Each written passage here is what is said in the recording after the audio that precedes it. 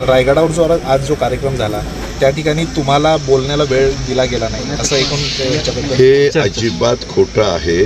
मला त्यांनी बोलायला सांगितलेलं होतं, परंतु जवळपास तिथं 2 वाजून गेलेले होते। मीच म्हटलं की आता डायरेक्ट मुख्यमंत्री बोला आणि अमित शहासाहेब बोला।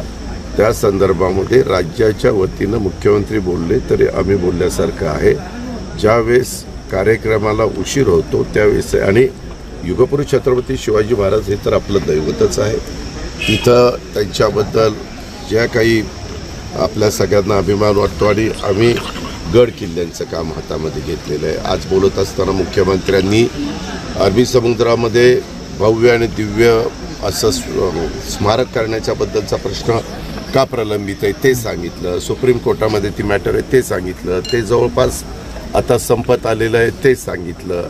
किंवा बाकीच्या बाबतीमध्ये देखील तिथं की मुलांना मुलींना शाळेतल्या प्रत्येकाला त्यांच्या शालेय जीवनामध्ये एकदा तरी दर्शन म्हणजे रायगडाचं दर्शन तिथं देता यावं, त्यांना नेता यावं आणि इतर काही गोष्टी आहेत त्याच्याहीबद्दलची त्याच्यामध्ये चर्चा झाली। बाकीच्या कामाच्याबद्दल आता तिथं पुरातत्व विभागाच्या संदर्भातलं काम चालतं।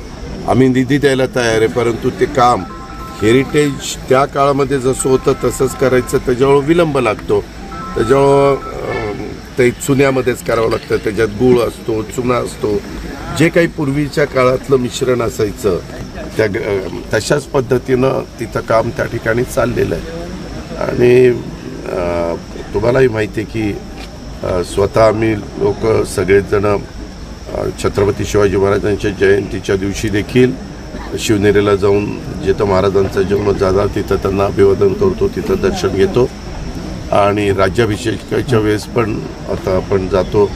आज मुरलीधर मोहोळांनी इथून पुढं पुण्यतिथीच्या दिवशी तिथं पुष्पवृष्टी समाधीवर करायची अशा पद्धतीनं सांगितलेलं होतं। आज त्याचे पण आणि ते दरवर्षी करायचे अशा प्रकारे सूचना दिल्या गेलेल्या आहेत। आणि त्याच्यामुळं माझी पत्रकार मित्रांना विनंती आहे, मला CM पण म्हणले दादा बोला, परंतु तिथं 5 मिनिटातून 10 मिनिटात शेवटी बोलायचं म्हटलं तर कमी बोललं तर अरे दादा महाराजांच्या बद्दल काहीच बोलले नाही।